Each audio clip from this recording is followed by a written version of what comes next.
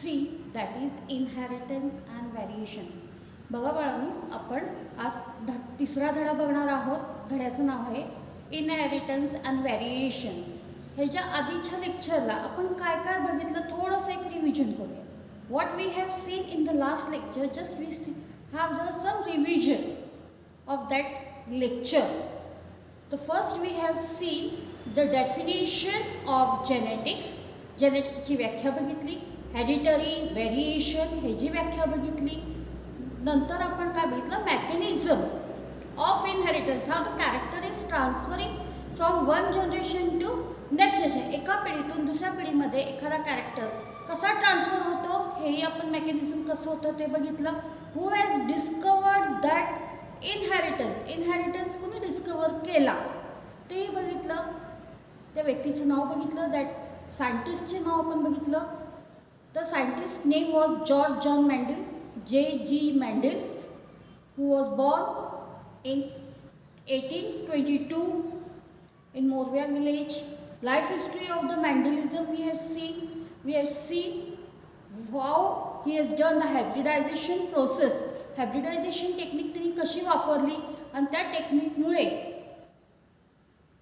काय कारणं होती, कशी हायब्रिडायझेशन टेक्निक, त्यामुळे त्यांना सायंटिस्ट किंवा फादर ऑफ जेनेटिक्स हे नाव मिळालं. How the Mendelism got the father of genetics name. He has postulated 3 laws, 3 laws त्यांनी काढले, त्यामुळे त्यांना फादर ऑफ जेनेटिक्स म्हटलं गेलं. त्याच्यानंतर आपण बघितलं reasons for the Mendelism success. How the Mendel get success, Mendel success कसा झाला, काय कारणं आहेत, which plant he has selected, कुठलं झाड त्यांनी सिलेक्ट केलं हे आपण बघितलं. गार्डन पी प्लांट त्यांनी घेतलं होतं, जसं बॉटॅनिकल नेम होतं पायसन सटायगम, आपण हेही बघितलं. त्यांनी गार्डनमध्ये काय केलं, ते छोट्याशा चर्चच्या पाठीमागच्या बाजूला कसं त्यांनी एक्सपेरिमेंट केलं, कशा पद्धतीने केलं, झाड वाटाण्याचं सिलेक्ट केलं. बाय लक, लक होतं. He has get success. पण ते सक्सेस करत असताना सुद्धा त्यांना बरेच प्रयोग करावे लागले. पहिल्यांदा एक कॅरेक्टर घेतलं, नंतर 2 कॅरेक्टर घेतले. He has done the record of that plant. वाटाण्याच्या झाडाचं पूर्ण व्यवस्थित रेकॉर्डिंग करून ठेवलं, नोंद करून ठेवली, मॅथमॅटिकली, स्टॅटिस्टिकली दोन्ही ह्याच्यात.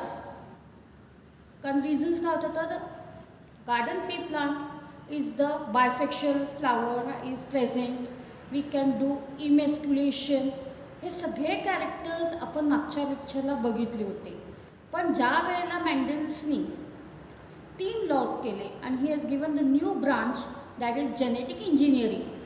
आपण बोललो मागच्या लेक्चरला की जेनेटिक इंजिनिअरिंग ही नवीन branch at that time he has given, but his work was undiscovered. मॅन्डेलचं काम हे संशोधन नंतर झालं, कारण त्यांनी ज्याला हे सगळा रिसर्च केला त्याला आपण काय बघितलं की त्याला मायक्रोस्कोप नव्हता किंवा सेल डिव्हिजन, मायटोसिस काय आहे, मिओसिस काय आहे हे त्यावेळेला माहीत नव्हतं. त्यामुळे त्यांनी काय म्हटलं, समथिंग इज ट्रान्सफरिंग, काहीतरी ट्रान्सफर होतं आहे एका जनरेशनमधनं दुसऱ्या जनरेशनमध्ये. That something he has given the name as a factor. त्या समथिंगला फॅक्टर असं म्हटलं गेलं. आणि that factor afterwards has given the name as a gene. नंतर त्या फॅक्टरला नाव दिलं जीन. मग हे जीन जे आहे, जे शब्द आला, हे कुठून आला, कसं आला, मग त्याच्यासाठी काही जेनेटिक टर्म्स हे तयार झाले.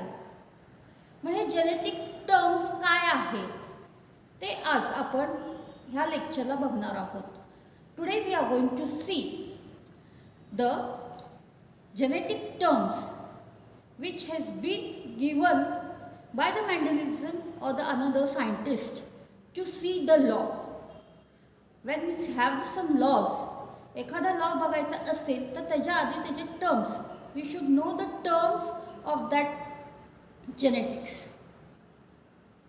Different terms are there, and each and every terms I cannot write on the board. I will explain with the suitable example. मी एक एक्झाम्पल घेते, त्या एक्झाम्पलवर हे जेनेटिकल टर्म्स मी काय करणार आहे आज एक्सप्लेन करणार आहे. त्याशिवाय तुम्हाला हे टर्म्स लक्षात येणार नाही. So let us start today the genetical terminology which has been used before studying the different laws. तुम्ही वेगवेगळे ज्याला लॉस पुढच्या लेक्चरला बघा, त्याच्या आधी हे टर्म्स तुम्हाला बाहेर येणं, कारण ह्याच्यातला कुठलाही term, any term is going to be asked in the exam for the 1 mark. एका मार्काला विचारलं जातं किंवा 2 टर्म्स एकत्रित करून 2 मार्काला विचारलं जाऊ शकतं. Each and every term is very important to understand the different laws which has been postulated by the Mendel. मेंडलने जे 3 लॉज तुम्हाला तयार करून दिलेले आहेत, त्याच्यासाठी हे टर्म्स तुम्हाला लक्षात येणं खूप गरजेचं आहे.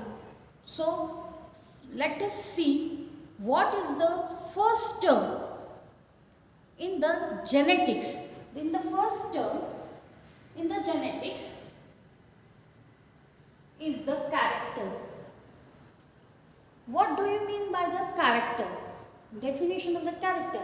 It is a specific feature of an organism. It is a specific feature of the organism. Now what is the specific feature of the organism? If we see, for example,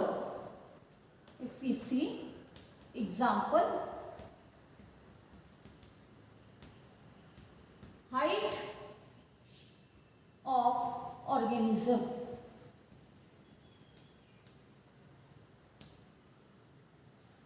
आपली उंची हे एक आपलं स्पेसिफिक कॅरेक्टर आहे.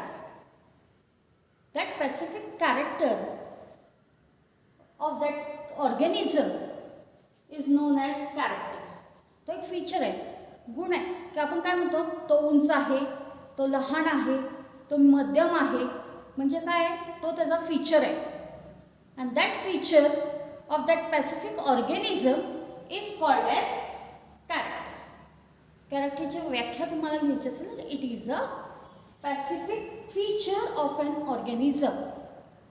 आणि specific feature काय असतं, उंची, height of the plant, seed, shape कसा आहे त्याचा, बारीक आहे, मोठा आहे, हे सगळं काय त्याच्या व्यक्तिगुणात, कुठलाही मग प्लांट असो किंवा ॲनिमल असो, एनी ऑर्गॅनिझम. मी तर एकच एक्झाम्पल घेतलं, that is height of the organism. Next is your trait. Now what do you mean by trait? It is an inherited character. It is an inherited character which is detectable and variant. Inherited character which is detected and variant in the organism. त्याला आपण trait म्हणतो. For example, tall and dark. बघा, हाच character इथं घेतलाय जो एका पिढीतून पुढच्या पिढीमध्ये जाणार. मी मागच्या इनहेरिटचं व्याख्या तुम्हाला सांगितली होती. The character which is transferring from one generation to next generation, it is called as hereditary or inherited. तोच कॅरेक्टर जो एका पिढीतून दुसऱ्या पिढीमध्ये जातो तो आपल्याला दिसतो, डिटेक्टेबल, आणि त्याच्यात फरक दिसतो. डिटेक्टेबल व्हेरिएशन दिसतात. समजा आई वडील दोन्हीही, आपण एक उदाहरण घेतलं, एक उंच असेल एक बारीक असेल, तर मुलांमध्ये दोन्ही कॅरेक्टर त्याच्यात दिसत नाही. त्याच्यात काय होतं, फरक असतो. म्हणून इथं म्हणते variant, detectably variant character if it is present, it is known as trait. ट्रेटची व्याख्या काय आहे?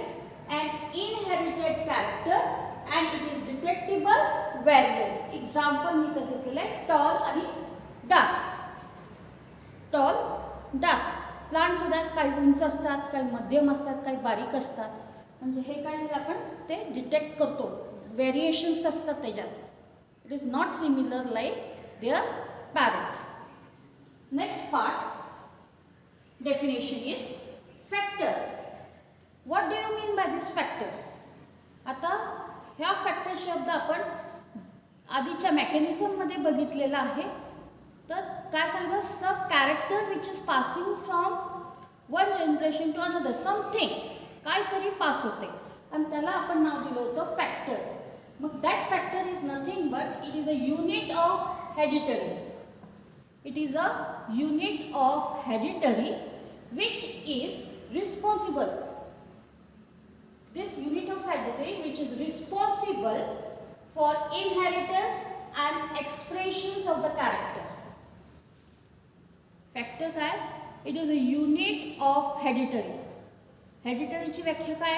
The transfer of characters from one generation to next generation. मग तो जो कॅरेक्टर आहे तो ट्रान्सफर होतोय and which is going to be present in that organism. त्या ऑर्गॅनिझम मग प्लांट असो किंवा ॲनिमल त्याच्यात काय असणार आहे तो पर्टिक्युलर कॅरेक्टर जो ट्रान्सफर व्हायचा आहे. आपण हेरिडिटरीला एक्झाम्पल कुठलं घेतलं होतं? बार्डनेस घेतला होता, डायबिटीज घेतलं होतं. मग हे जे कॅरेक्टर आहेत त्या पर्टिक्युलर ऑर्गॅनिझममध्ये काय असतात? प्रेझेंट असतात which is very responsible for there inheritance and expression. म्हणजे तो कॅरेक्टर ट्रान्सफर होण्यासाठी आणि तो एक्सप्रेस होतो that time it is called as a factor. Next definition is the gene. कारण ह्याच ह्याला आपण नाव दिलेलं आहे नंतर. तर फॅक्टर कधी दिलं होतं? When there was no microscope. Microscope नव्हता त्यावेळेला फॅक्टर. नंतर त्याचं नाव झालेलं आहे जीन. आणि नंतर संशोधन केल्यानंतर after the research this factor और gene it is nothing but it is a segment of DNA. तो काय आहे? It is a particular segment of DNA which is responsible. His definition इथं खाली येणार आहे. फक्त इथं it is a unit of hereditary and it is a particular segment of DNA which is responsible for the inheritance and expressions of the character. काय येणार आहे बघा? It is a particular segment of DNA which is responsible for the inheritance and expression of the character. It is known as gene. फक्त तिथं सांगितलं काहीतरी character transfer होत आहे, इनहेरिट होत आहे त्या ऑर्गॅनिझममध्ये प्रेझेंट असणे which is going to be responsible for their character and expression. त्या ऑर्गॅनिझमच्या कॅरेक्टर एक्सप्रेस करण्यासाठी तो जीन हा रिस्पॉन्सिबल. हा जीन हा शब्द नंतर आला. आधी त्याला फॅक्टर म्हटलं होतं म्हणून तो इथं हेरिडिटरी आला. इथं काय आलं? नंतर संशोधन झाल्यानंतर it is a segment of DNA. तो काय? एक सेगमेंट आहे DNAचा which is responsible for the expression and characters of the organism. So first we are seeing character, trait, factor, gene. Next definition is alleles. पांचवी definition है alleles or allelomorph. Alleles or allelomorphs. आता alleles or allelomorph म्हणजे काय आहे? तर two or more alternative forms of gene. एक पेक्षा two or more, दोन किंवा त्याच्यापेक्षा जास्त. कारण we know that gene is always in the pair. Gene हे नेहमी पेअर मध्ये असतात. ज्याला आपण क्रोमोझोम्स हा स्ट्रक्चर बघतो सेल मध्ये. we take the cell. हा जो सेल वॉल आहे ह्या सेल वॉल मध्ये we have the genes which is always in the pair. ते जीन्स कसे असतात? पेअर्स मध्ये असतात. मग ते दोन किंवा त्याच्यापेक्षा जास्त असतात. two or more alternative forms of genes are present. It is called as alleles of each other. मग ह्याच्यासाठी हा पेअर एकमेकासाठी बांधला गेलेला आहे. म्हणून ह्याला आपण म्हणतो alleles अर्थ काय आहे? The two or more alternative forms of gene. दोन किंवा दोनपेक्षा जास्त अल्टरनेटिव्ह फॉर्म्स असतील, एकापेक्षा जास्त असतील त्या सेल्समध्ये, त्यावेळेला त्याला आपण म्हणतो alleles of each other. आणि allelomorphism is a short form of the alleles. हे हा काय आहे? हा इज अ शॉर्ट फॉर्म आहे. alleles शॉर्ट फॉर्म आहे. And this allele has been coined by a Johnson. हा टर्म allele हे कुणी काढलेला आहे? तर जॉन्सननी काढलेला आहे. आता नेक्स्ट इज द डॉमिनंट. आता पुढे मी काही अशी व्याख्या लिहिलेल्या नाही. मी मगाशीच सांगितलं होतं, I have told that I am going to take the one example to explain the remaining definitions. This we have done. Character, trait, factor, gene, we have studied in the basic part also, and in the first lecture also we have seen the character, trait and factors. Now just we are going to see some example to have the dominant, recessive, phenotype, genotype, homozygous, heterozygous. There are more definitions are present. I cannot write on the board. If we see this remaining part, afterwards I will rub this and again I will take the remaining definitions also. मी आता ह्या बोर्डवर 13 लिहिले. आता एक्सप्लेनेशनसाठी मी 5च घेतले, तर हे आधी झालेलं आहे. आता खालच्या ह्याच्यात मी काय केलेलं आहे, डेफिनेशन लिहिलेली नाही. मी व्हिडिओ चालू करताना सांगितलं होतं की हे टर्म्स घेताना मी एक एक्झाम्पल घेणार. एक्झाम्पल घेतल्याशिवाय तुम्हाला ह्या जे डेफिनेशन्स आहेत ह्या लक्षात येणार नाही. मग त्याच्यासाठी आपण काय करूया, एक एक्झाम्पल घेऊया. For example if you take the character, हाच कॅरेक्टर घेऊया, तिथला ट्रेट घेऊया, टॉल आणि डार्क.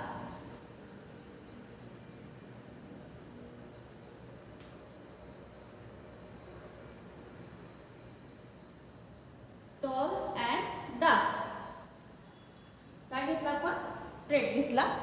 आता ह्याच्यासाठी here we have the capital T, small T. आपण ज्याला 7 कॉन्ट्रास्टिंग पेअर तुम्ही 10वीलाही बघितलंय, मागच्या लेक्चरलाही बघितलंय. When the Mendel has selected the 7 contrasting character, capital T, it is denoting the dominant character, and small t denotes the recessive character. म्हणजे हा dominant आहे, हा रिसेसिव्ह आहे. आता ह्याच्यातून हा जो टॉल आणि डार्क आहे हा काय आहे, ट्रेट आहे. आणि ह्याला आपण काय म्हणणार आहोत,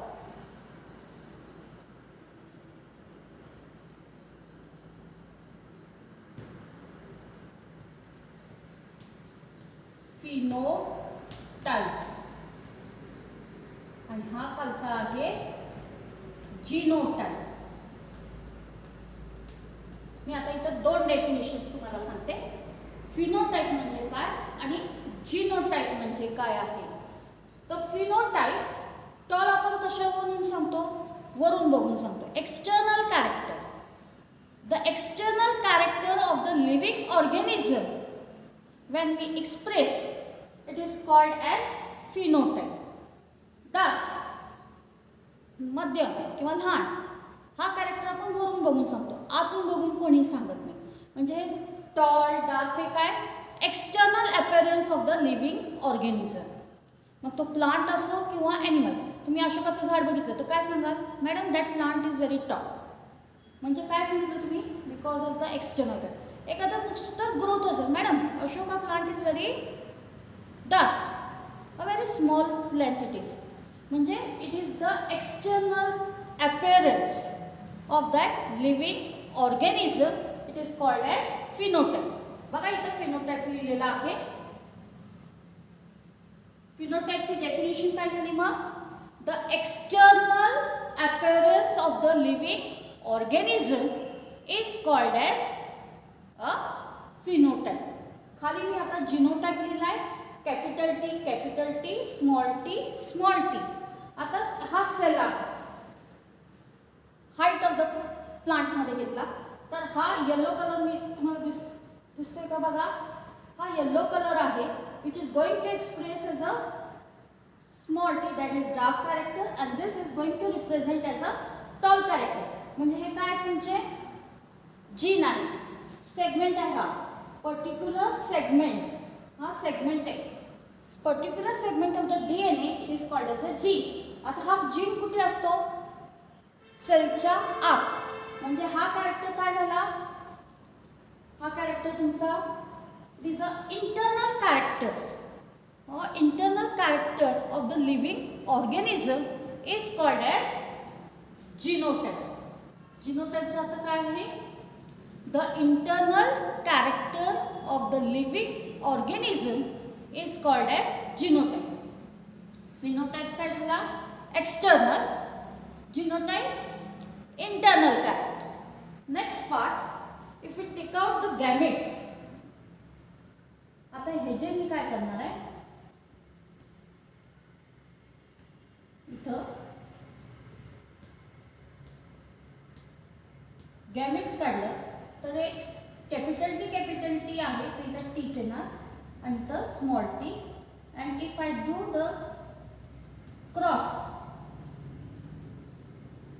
कॅपिटल टी स्मॉल टी, आता इथं मी एक F1 टाकलेला आहे, इथं गॅमेट लिहिलं. मग आता बहुतेक करून फिनोटाईप आणि जिनोटाईप. आता समजा या फिनोटाईपच्या जागेवर मी इथं कलर घेतला, येलो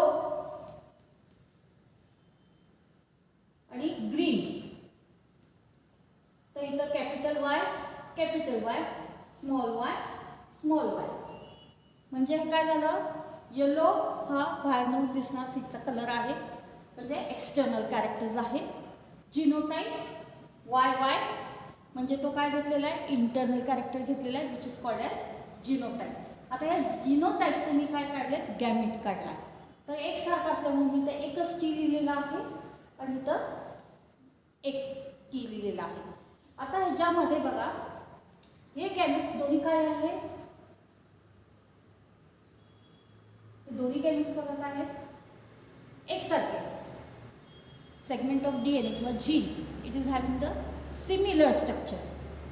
आणि पण इथं तुम्ही F1 बघितलं तर तिथला जीन कसा आहे, डिसिमिलर आहे, एकसारखा नाही आहे. It is capital T small T. हा एक कॅरेक्टर टॉलचा आहे, एक कॅरेक्टर डफचा आहे. म्हणजे इथं काय झालेलं आहे, it is a mixture of two. म्हणून मी आता इथं म्हणणार आहे हायब्रिड. काय म्हणणार आहे, हायब्रिड. आता ह्याच्यामध्ये पहिल्यांदा आपण घेऊया की हायब्रिड म्हणजे काय आहे. Mixture of to alleles. Mixture of two alleles when it is present, it is called as hybrid. Hybrid काय आहे, mixture of two characters, two genes when there is a mix, it is called as hybrid. आपण hybrid जवार म्हणतो. म्हणजे दोन जवारचे character एकत्रित दिसतात, तर नवीन ज्याला ज्वारी येते त्याला आपण म्हणतो हायब्रिड. म्हणजे त्या पद्धतीनेच इथे आपल्याला काय मिळतंय, हायब्रिड मिळतंय. आता दुसरा पार्ट झाला प्युअर लाईन. प्युअर लाईनचा अर्थ आहे when the homozygous or heterozygous any one character is similar. समजा त्या प्लांटमध्ये फक्त कॅपिटल टी राहणार आहे, टॉलच राहणार आहे, टॉल और dark. It do not have any mixing. ह्याच्यासारखं मिक्सिंग होणार नाही, T capital T small T दिसणार नाही. कसा दिसेल, pure character, pure variety is going to be formed, capital T or small t. That time it is called as pure line. म्हणजे पूर्ण आपण समजा एखादं झाड लावलं, कॅरेक्टर क्रॉस केल्यानंतर एक टॉल लावला, डार्क लावला, मग ते सेल्फिंग झालं फ्लावरिंगमध्ये, तो पूर्ण पिवळ्यास बिया दिसल्या, तर त्याला आपण काय म्हणणार आहोत, प्युअर लाईन. पण त्याच्यात मिक्स मिळालं की आपण त्याला म्हणणार आहोत हायब्रिड. आता homozygous, when the alleles are having same pairs, म्हणजे एकसारखे तुम्हाला ज्याला alleles दिसतात, when similar alleles are present, it is called as homozygous. Heterozygous, when there are dissimilar alleles are present, वेगवेगळे alleles ज्याला दिसतात त्याला आपण काय म्हणतो, heterozygous. Next part is a dominant and recessive. मी जरा उलटं चालले. तर डॉमिनंट अँड रिसेसिव्ह काय आहे, the character which is express. आता इथं तुम्ही काय घेणार आहात, ऑल प्लांट्स आर टॉल. सगळी झाडं कशी आहेत, टॉल आहे. पहिल्या ह्याच्यात टॉल म्हणजे इथं कुठला कॅरेक्टर एक्सप्रेस केलेला आहे, character which is expressed is called as dominant character. एखादा कॅरेक्टर एक्सप्रेस होतो त्याला आपण काय म्हणतो, dominant. The character which do not express. आता हा टी दिसतोय का आपल्याला, ह्याच्यामध्ये आपण लिहिलंय का, नाही, फक्त नुसतं लिहितो टॉल. म्हणजे काय केलं आहे, कुठला कॅरेक्टर एक्सप्रेस झालेला आहे, टॉलनेस.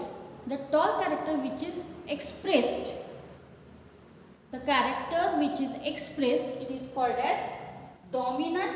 रिसेसिव्ह म्हणजे the character which do not express, the character which do not express it is called as recessive. कुठला एखादा कॅरेक्टर एक्सप्रेस होत नाही. फॉर एक्झाम्पल, आता मी टॉल डार्क का मुद्दाम घेतलं हे तुम्हाला पुढच्या लॉमध्ये हे प्रत्येक वेळेला आहे म्हणून घेतलेलं आहे. आपण दुसरंही एखादं एक्झाम्पल आपण ह्याच्यापाशी घेऊ शकतो.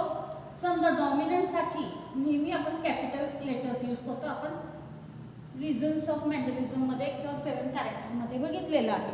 आता हा एकसारखा आहे म्हणून ह्याला आपण काय म्हटलेलं आहे, होमोझायगस किंवा प्युअर लाईन. नंतर रिसेसिव्ह स्मॉलमध्ये लिहितो, ग्रीन कलर स्मॉल वाय. किंवा दुसरा कॅरेक्टर आपण बघूया, round wrinkled, capital R, small R. म्हणजे हे काय आहे तुमचे जिनोटाइप, इंटरनल कॅरेक्टर. पण मी आरला नाव काय दिलं, राऊंड दिलं. म्हणजे काय सांगितलं मी, एक्सटर्नल कॅरेक्टर. म्हणजे त्याचं एक्सटर्नल कॅरेक्टरला आपण काय म्हटलेलं आहे, फिनोटाइप. ह्या सगळ्याला काय म्हटलेलं आहे, जिनोटाइप. हे काय, इंटरनल कॅरेक्टर. होमोझायगस म्हणजे काय आहे, when similar alleles are present structurally as well as functionally, internal as well as external. दोन्ही कॅरेक्टर सेम असतील तर त्याला आपण काय म्हणतो, homozygous. and heterozygous means when they are dissimilar in their allelic form. When they are different in their allelic form, it is called as heterozygous. Pure line means all the alleles are genetically as well as morphologically. हे त्याचं morphological character आहे. Yellow, brown, tall हे morphological character. Genetical character YY, RR, TT both morphologically and genetically when they show similar character it is called as pure line. And hybrid म्हणजे काय येणार आहे, when they do not show similar character morphologically as well as genetically, it is called as a hybrid. आता ह्याच्यानंतर आपण एक शब्द घेतला F1. आता हा F1 म्हणजे नेमकं काय आहे. Now this 14th definition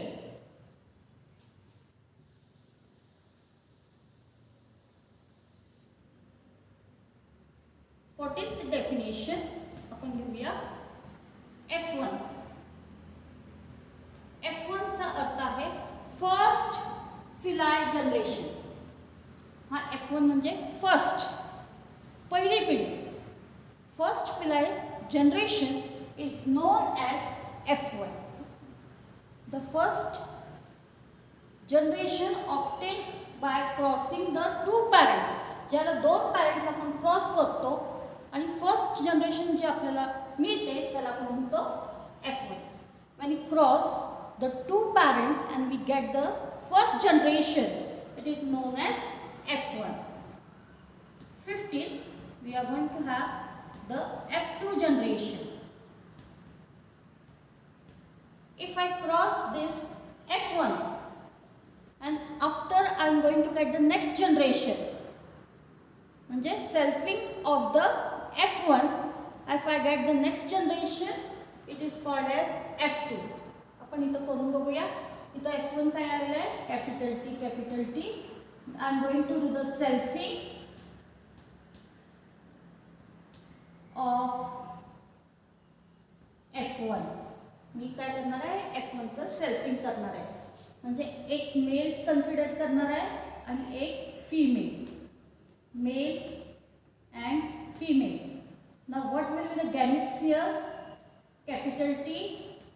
t because it is heterozygous, capital T, small t. If I do the cross, capital T, capital T, capital T, small t, small t, capital T, आधी ह्याच्याशी cross करणार, इथं काय येणार आहे capital T small T आणि परत capital T small T small T. बघा इथं मग क्रॉस कसा येतोय, स्मॉल कॅपिटल टी हा टी मी हा दोन्हीशी क्रॉस करणार, म्हणून आपल्याला काय मिळालं capital T capital T small T.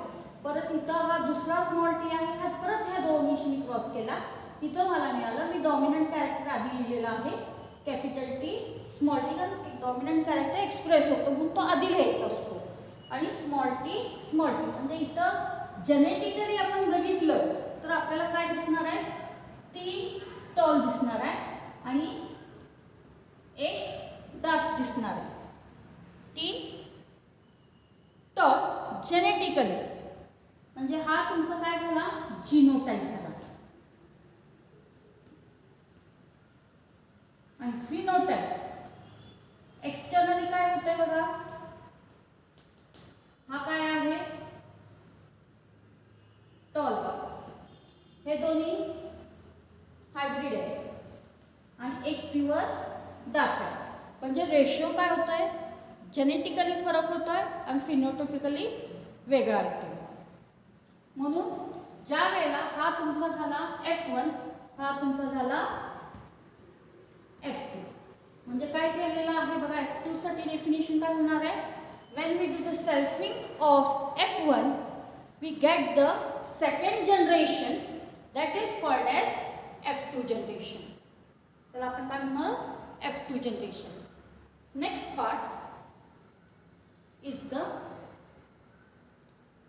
16th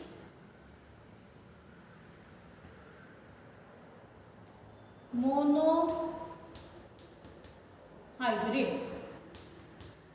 mono म्हणजे एक, हायब्रिड आपल्याला माहिती आहे when we get the two dissimilar character.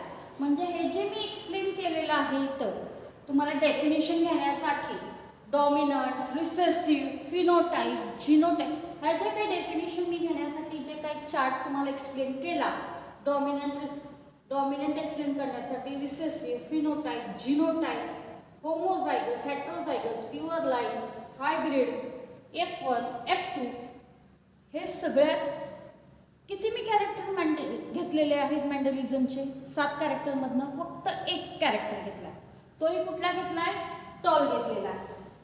हे फक्त येलो मी एक्सप्लेनेशनला घेतलं होतं.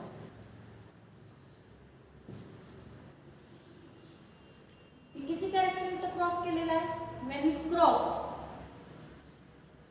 only one character. बघा डेफिनेशन मी ह्याच्यावरच तयार करते आता. when we cross between cross केलेला आहे between two pure parent which is homozygous in condition. हे काय आहे homozygous आहे. when I am going to cross two pure parents which is homozygous, and when we get the offspring it is called as monohybrid. तर आपण काय म्हणणार आहोत monohybrid. बघा परत एकदा मोनोहायब्रिडची डेफिनेशन सांगते. when the cross between capital T हा काय आहे कॅपिटल टी आणि स्मॉल टी होमोझायगस आहेत. when I am going to cross the two pure parents, हा एक प्युअर आहे, हा एक प्युअर आहे. I am going to cross, ज्याला मी 2 प्युअर पॅरेंट क्रॉस करणार, क्रॉस केल्यानंतर when I am going to get the first generation offspring ज्याला आपण म्हणतो, when I get the offspring it is called as a monohybrid. आता इथं कुठले कॅरेक्टर पास होणार आहेत, टॉलचा टॉल, डाफचा डार्क म्हणजे हे ज्याला क्रॉस होतात तर इथे एक शब्द मी वापरलेला आहे इनहेरिटेड. बघा इथं पण आहे हेरिटेड. अजून कुठं तुम्हाला मागच्याला हेरिटरीचं डेफिनेशन घेतलं इनहेरिटन्स. इनहेरिटन्स आहे, हेरिटरी आहे म्हणजे तो कॅरेक्टर एका पिढीतून पुढच्या पिढीमध्ये ज्याला ट्रान्सफर होतो from one generation to next generation, म्हणून त्याला नाव दिलेलं आहे इथं मी इनहेरिट. हा कॅरेक्टर इथून इथं ट्रान्सफर होतो which is going to be responsible for that living organism. बघा responsible and expression of that character. मग अशा वेळेला आपण त्याला काय म्हणणार आहोत मोनो हायब्रिड. काय म्हणणार आहोत त्याला आपण मोनो हायब्रिड. मोनो हायब्रिड तुम्हाला मोनो हायब्रिड क्रॉस जुन्या बोर्डाच्या पुस्तकात सेपरेट किंवा आत्ताही बोर्डाच्या पुस्तकात विचार explain with suitable example mono hybrid. मग 7 कॅरेक्टर्स आहेत, तुम्ही कुठलंही एखादं कॅरेक्टर घेऊन हा मोनो हायब्रिड तुम्ही काय करू शकता एक्सप्लेन करू शकता. आता मोनो हायब्रिडची डेफिनेशन तुम्ही त्या चार्टवरनंच काढू शकता. मी काही वेगळं केलेलं नाही. I have not done the difference. I have not done anything different from this chart only. I have given you the definition of the dominant, recessive, phenotype, genotype, heterozygous, homo. If we remember this chart, we have the many definitions. हा chart तुम्ही लक्षात ठेवला तर तुम्ही प्रत्येक definition तयार करू शकता. तुम्हाला मॅडम तुम्ही प्रत्येक वेळेला शिकवतो म्हणून तुम्ही तसं म्हणता. मी शिकवते म्हणून नाही म्हणत, पण तुम्ही एक लक्षात घ्या हा काय आहे एक साथ वरून दिसतो का आतून दिसतो आतून दिसतो म्हणून त्याला इंटरनल कॅरेक्टर म्हटले. The internal character which is expressing काय म्हटलं त्याला मी जीनोटाइप. हा काय आहे एक्सटर्नल कॅरेक्टर आहे. External character which is expressed, it is called as phenotype. The character which is expressing, एखादा कॅरेक्टर एक्सप्रेस होतो. आता बऱ्याच विद्यार्थ्यांमध्ये खूप चांगले गुण असतात, खूप असतात, पण काय काय वेळेला ते गुण लुप्त असतात, ते एक्सप्रेस होत नाही. ज्याला ते एक्सप्रेस होतात त्याला तो कॅरेक्टर त्याच्यासाठी काय डॉमिनंट आहे. जोपर्यंत तो एक्सप्रेस होत नाही that time it is recessive. ना मी असं म्हणत नाही की किचनमधलं काम हे मुली करू शकतात. काही वेळेला शेफ सगळे मुलं असतात, पण काय काय मुलं काय करतात हे कॅरेक्टर आपल्याकडे आहे आपण कसं सांगायचं मला स्वयंपाक येतो म्हणजे त्यावेळेला त्याच्याकडे गुण आहे. That character is present but he is not expressing. तो मुलगा किंवा तो एक्सप्रेस करत नाही म्हणजे जीन आहे त्याच्यात स्वयंपाक करण्याचं पण तो एक्सप्रेस होत नाही. मुलींमध्ये रांगोळ्या काढण्याचं असतं, भरपूर असे वेगवेगळे कॅरेक्टर्स असतात की मी हे करू शकते मुलांसारखं, पण कसं सांगायचं म्हणजे असून सुद्धा ज्याला तो एक्सप्रेस कॅरेक्टर होत नाही त्याला आपण त्याला काय म्हणतो रिसेसिव्ह. समजा तो कॅरेक्टर एक्सप्रेस झाला तर त्याला आपण काय म्हणणार आहोत डॉमिनंट. म्हणजे डॉमिनंट आणि recessive the character which is expressive. मग कुठलाही जनरेशन असो any generation F1, F2, F3 any generation if the character is expressing it is called as dominant. The character which do not express it is called as recessive.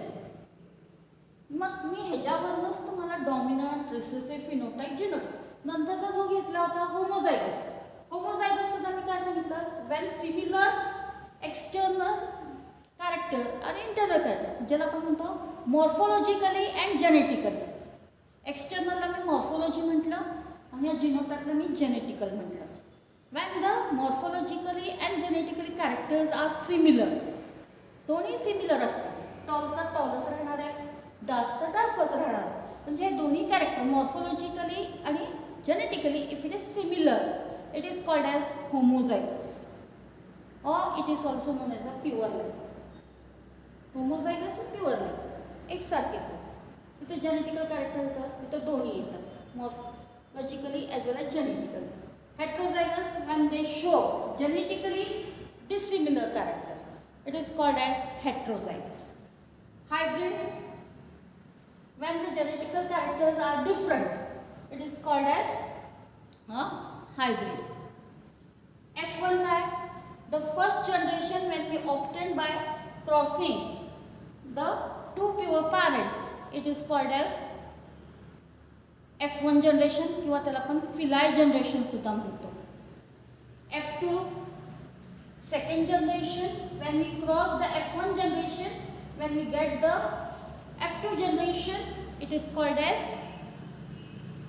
second philae generation किंवा short मध्ये त्याला आपण म्हणतो F2 generation. नंतर मी काय घेतलं? Monohybrid. Monohybrid साठी मी हा चार्ट कंप्लीटली एक्सप्लेन केला. इथं डेफिनेशन काय आहे मोनोहायब्रिडची? What is the definition? when the cross between two pure, हा प्युअर आहे, when the cross between two pure parents which inherit the character to the next generation or express, it is called as monohybrid. त्याला नाव काय दिलं मी? Monohybrid. 70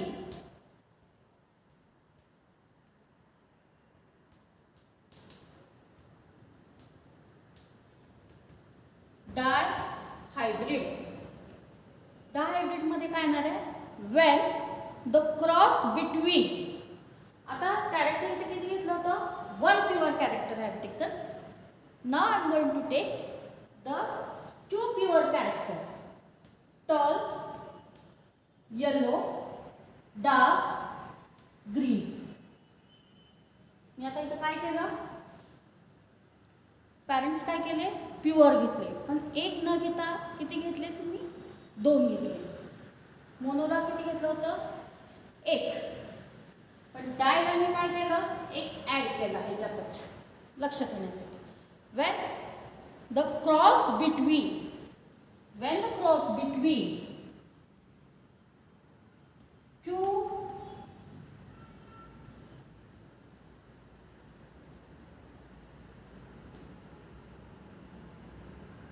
when the cross between two pure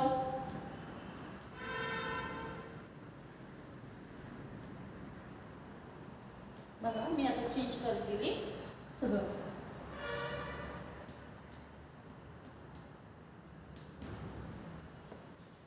when the cross between two pure parent which inherit the character to next generation, it is called as dihybrid. त्याला आपण काय म्हणणार आहोत? डायहायब्रिड cross. आता ह्याच्यामध्ये 17 मध्ये अजून तुम्हाला डेफिनेशन्स घ्यायचे आहेत. What is a phenotype? आता तिथं मी फिनोटाइप आणि जिनोटाइप रेशो लिहिलेला आहे. जिनोटाइप रेशो, नंतर फिनोटाइप रेशो,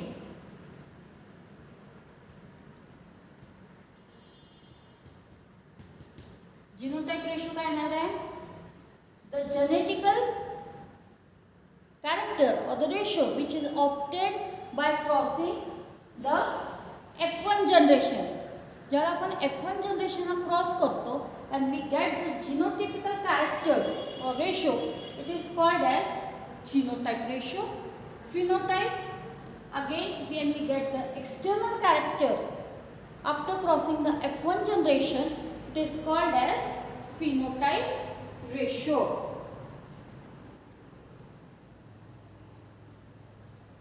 म्हणजे हा ratio it is going to be representating the genetical character and phenotype is representing this ratio is going to be represent that character of the phenotype.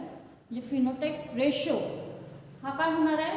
it is a representative part of the monohybrid as well as the dihybrid cross. आता अजून आपण काय करूया? अजून दोन definitions आहेत, त्या दोन डेफिनेशन सुद्धा आपण बघूया.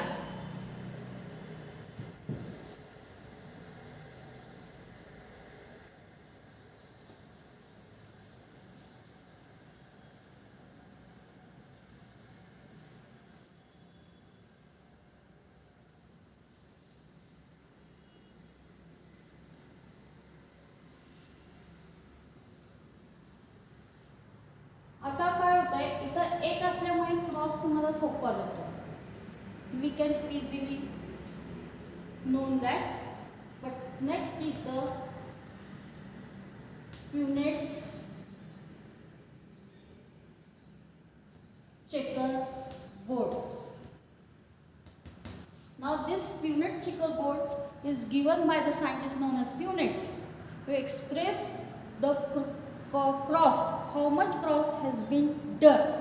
आता त्याच्यासाठी आपण हाच एक्झाम्पल घेऊया. आता समजा इथं capital T small T capital Y small Y, इथं मी लिहिले टॉल आणि yellow.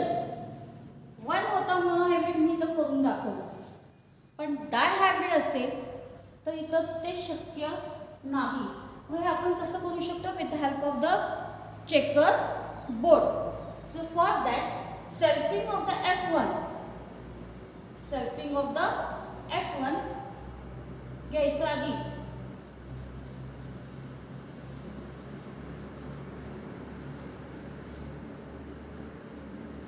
Selfing of F1 we are going to have the gametes. इथं काय येणार आहे? Capital T, small T, capital Y and small Y.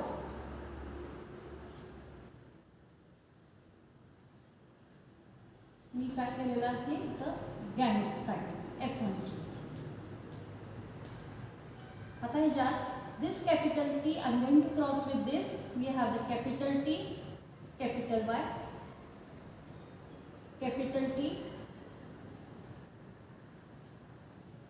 small y. Next capital T, small t, capital Y.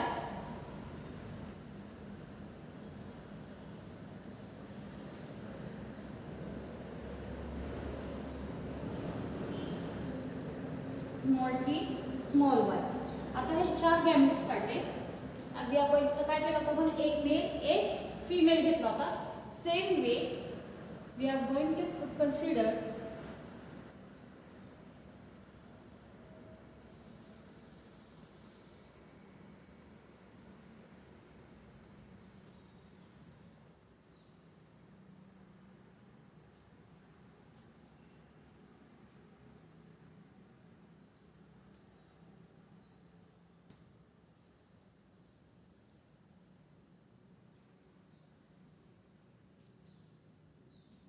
Mail female. काय आहे? Capital T, capital Y, capital T, small Y, small T, capital Y and small t, small y. And same thing we are going to have here also. खालच्या बाजूलाही हाच gametes आपण लिहिणार आहोत. Selfing करतो म्हणून एकदा मेल एकदा female. Capital T, capital Y, capital T, small Y, small T, capital Y, small T, small Y. मग इथं आपण डायहायब्रिडला हा उपयोगी पडतो. Same way in monohybrid also we use the Punnet's checkerboard to know how many gametes are going to be formed in the monohybrid and dihybrid ratio. मग इथं आपल्याला हा मोनोहायब्रिड आणि डायहायब्रिड रेशो किती येतो त्याच्यासाठी हा Punnett checkerboard आहे. Here we complete the total definitions of the terms which are going to be used in the law of Mendelism. मेंडलचे जे आता तुम्ही लॉस कराल ही मेथड आता पुस्तकाच्या व्यतिरिक्त मी दुसरा घेतलेला आहे ॲज अ एक्झाम्पल. तुम्ही कुठलंही एक्झाम्पल 7 कॅरेक्टर्स आहेत. There are the 7 characters. You can take any character in the board. It is not necessary the same is going to be asked. It is going to be asked. First it was asked for the 8 marks. It has been reduced to the 5 marks. Now it is reduced to the 4 marks. Now how the marks has been given to all these things. When we write this phenotype and the genotype, if we write this much, you have 1 mark till F1, and from F1 to F2 generation. Now in the monohybrid you can do this method or you can do with this method also. I am showing both the method, monohybrid as well as dihybrid unit check करतो. I am showing both the way.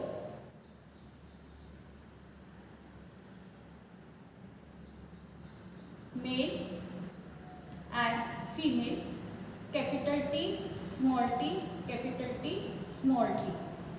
Now here capital T, capital T, capital T, small t, capital T, small t, small t, small t.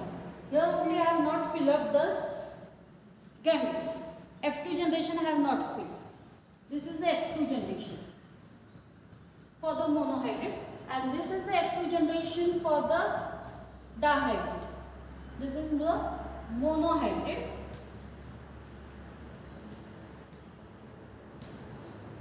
and this is for the dihybrid.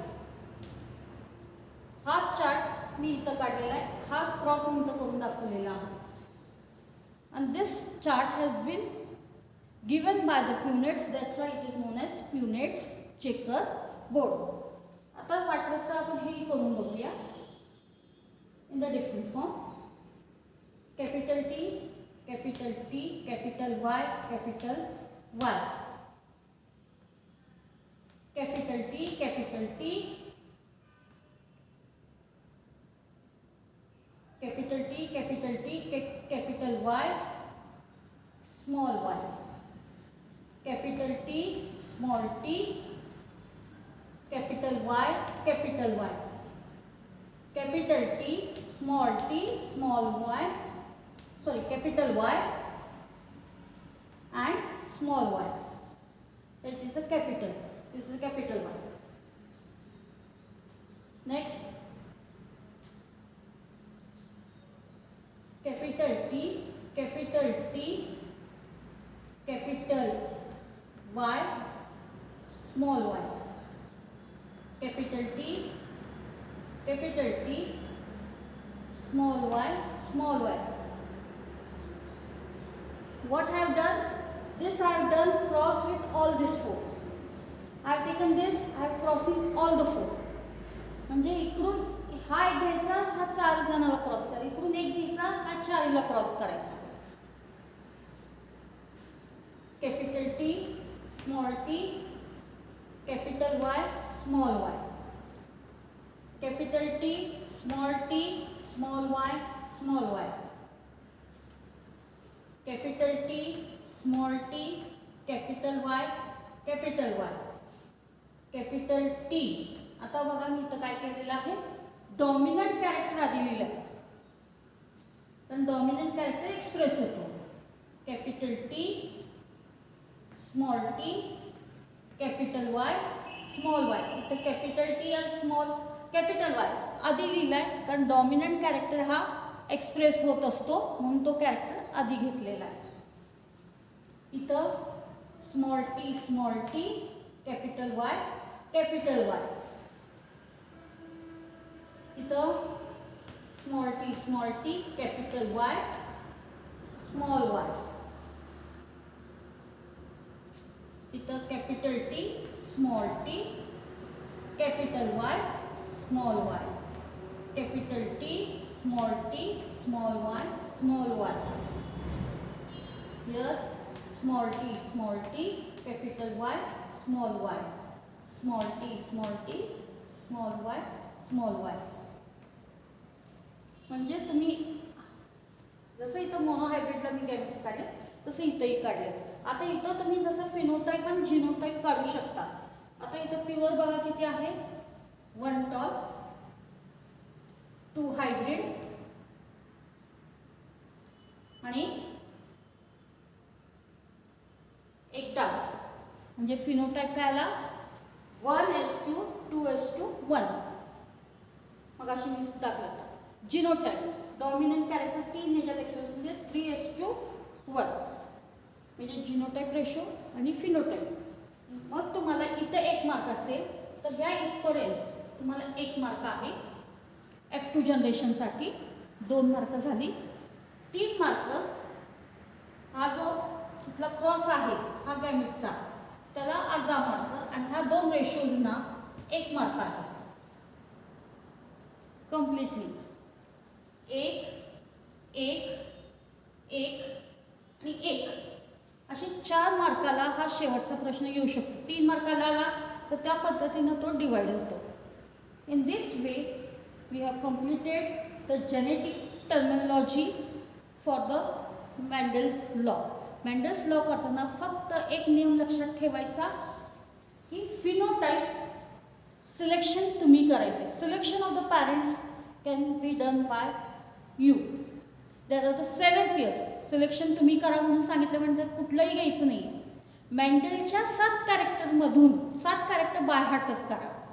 त्या 7 कॅरेक्टर्समधून any 7 characters you have to select any from 7 characters. Select the parent that is phenotype. Take out the genotype. You know, tall, capital T, round, capital R, and it always the alleles are in the pairs. Don't write the single. Now I have written here as a single. Capital T is going to have a tall, which is going to inherit to the next generation. So first simple method for all the laws. सगळ्या laws साठी simple method आहे. Crossing करताना selection of the parents. After the selection of the parent, first step selection of the parents, take out the gametes. Second part selfing of the parents.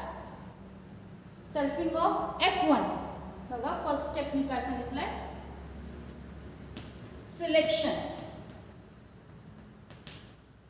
First method हे कायमचे लक्षात ठेवायचे कुठलाही law असू द्या. Selection of parents. Phenotype selection हे तुम्ही 7 pairs मधून कुठलेही करू शकता. Selection. Second selfing of F1 to get F2 generation. Selfing करायचं. पण या सेल्फिंग करायच्या आधी सिलेक्शन केल्यानंतर we should have the gamete formation. म्हणजे इथं अजून एक स्टेप येऊ शकते. ही थर्ड होणार. दुसरी इथं सेकंड स्टेपमध्ये येऊ शकतं formation of gametes to produce F1 generation. Formation of gametes to produce F1 generation. ही पहिली स्टेप, ही दुसरी आणि ही तिसरी. पहिली सिलेक्शन ऑफ द पॅरेंट्स, दुसरं gamete formation to produce F1, and तीसरी selfing of F1 to produce F2 generation. Here I have completed on my basis all the definition which is used in the law of Mendel's. मेंडलच्या law मध्ये जे 3 law आहेत ज्याच्यामुळे त्यांना father of genetics म्हटलं, त्याच्यासाठी मी तुम्हाला हे सगळे terms starting from character, trait, factor, gene, allele, dominant, recessive, phenotype, genotype, homozygous, heterozygous, pure like, hybrid, F1, F2, monohybrid, dihybrid, genotypic ratio, phenotypic ratio, Punnett Chicker board, example घेऊन कसा solve केलाय आणि हे डेफिनेशन सगळे explain केले. ह्याच्यातही तुम्हाला काही शंका राहिली, प्रश्न कसे विचारले जातात, किती मार्काला काय विचारलं जातं, तुम्हाला फिनोटाइप रेशो विचारला जातो, जिनोटाइप विचारला जातो, कुठलाही क्रॉस सांगून तुम्हाला F1 F2 काढायला सांगितला जातो. मग ह्याच्यात तुम्हाला अजून काही डेफिनेशन नाही समजल्या तर तुम्ही मला कमेंट बॉक्समध्ये विचारू शकता. Thank you very much for listening my lecture.